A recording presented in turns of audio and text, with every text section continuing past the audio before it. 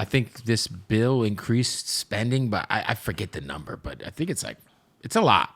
But I think at the end of the day, it's like we are kind of dealt with two shit deck of cards in terms of the Republican Party and the establishment Democrat Party, because I think the Democratic Party is the most corrupt organization in politics, because they've been proven to actually conspire against one of their people, Bernie. Yeah, I mean, it's a proven fact. I think they got found guilty, but the judge was like, it's a private club or some shit like that. They use that same argument against me. Yeah. Anyway, it's like, where do we go from here? I know you have your pack that you're putting together, but it feels like we're underwater with no chance of not drowning either way you look, because either way you look, there's oligarchs, there's billionaires, there's nothing left for the middle class. There's no real option left for normal people. For if I have to go and get surgery, and I got to choose not to get the surgery, because if I get the surgery, I'm going to be fucked and I got to go out of work. And there's just there's no options left. It feels like anybody on the left that has a brain or that has a spine, I'll say, they're pretty much the guys on the outside of the fence, like trying to play, and they're looking over the fence like, hey, what about us? And then on the right, you got a guy like Thomas Massie, who's, I disagree with a lot of stuff with Thomas Massie, but has a spine. Yeah. Yeah, that's right. He's standing up to Trump today. Yeah. They're going to primary him and try to get him the fuck out of there. No, they will lose. I think they will lose, because I think his constituents appreciate what he's doing. But how do we get through this and try to have a real, I wouldn't say the word revolution, but like have a real flip on flipping the system on its head, because it's set up for everyone to just, there was that World Economic Forum quote from about a decade ago where they said, you'll own nothing and be happy. And it feels like we're all just going to be, cattle in the ranch soon enough. And the American dream's gone, man. Yeah. Especially here in California. We're fucked here. Yeah. Good news. I have the answer. Okay. So here's one thing that American people have not tried. So what did we try? We tried establishment Republicans like George Bush and Dick Cheney. Right. Hated it, right? We tried establishment Democrats like Joe Biden. Didn't like it, right? Hillary Clinton, et cetera.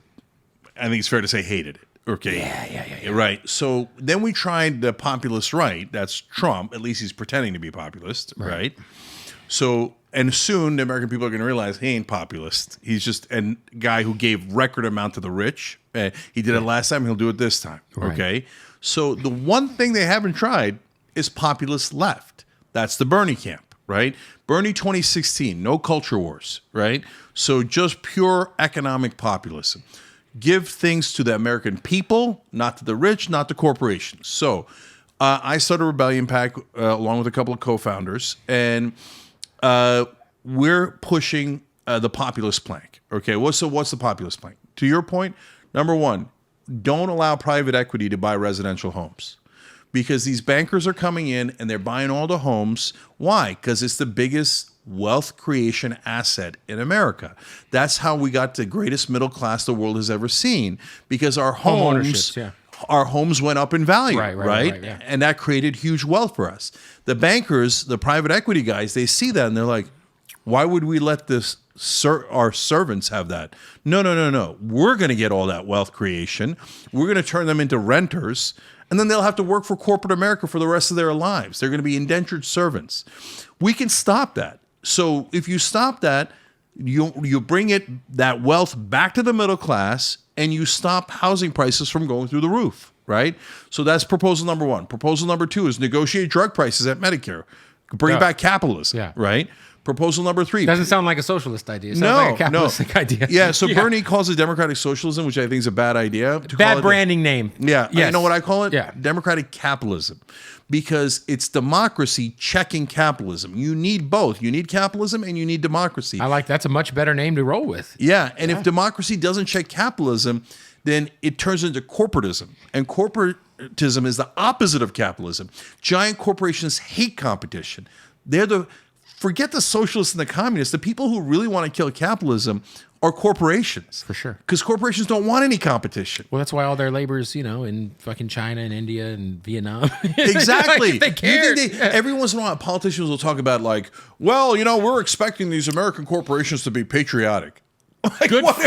Because that's happened 0 fucking times. Exactly. Go to fucking Detroit and tell me how that worked out. Besides which, corporations aren't people. They're not humans. They don't feel patriotism. Their job is to increase profits. Yeah. Period. Dot. That's it. People are talking about, oh, what if AI takes over, the machines take over?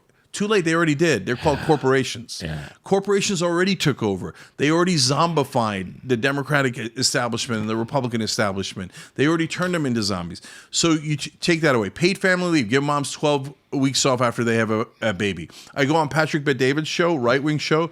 They do a poll. 75% of his right-wing audience goes, yeah, fuck yeah, of course give moms 12 weeks off. We want them to have babies, right? Well, why wouldn't we give them?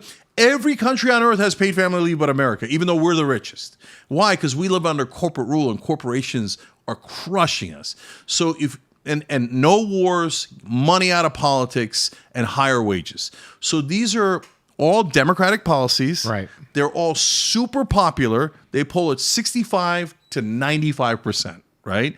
So why wouldn't you run on your most popular policies? It's almost like it's not about winning as much as it's about keeping things more the way they are. So they would rather have Donald Trump win because they know he's a rich fuck and they kind of know he's got some guys around him that won't let him get too crazy.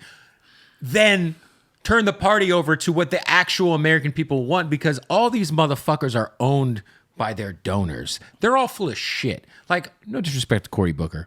I appreciated him doing his, what was he, 28 hours or something he was doing his... I think 25 or something. Whatever it was. Yeah, the theatrics of the It was filibuster. theatrical. It was not... It doesn't matter. Like, all these guys are full of shit. Of course, you know what Cory Booker did yesterday?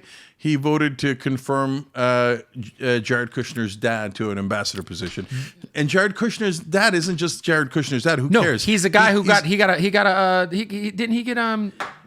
convicted. Yeah, he got convicted, and then Trump gave him a what's it called? A pardon. Yeah. Yeah, he's a white collar criminal, right? It's like quite literally. Yeah. Why would you vote to confirm him? What are we talking about? Because he's from New Jersey and he has a lot of cash. And so, maybe... no. And that's the thing is like, I don't know if the answer is AOC in the future. I don't know. It's definitely... It feels like, speaking of people with no spines, no true beliefs and power hungry, it feels like Gavin Newsom is really like... I think no matter what, he's throwing his hat in the ring. Oh, yeah, of course.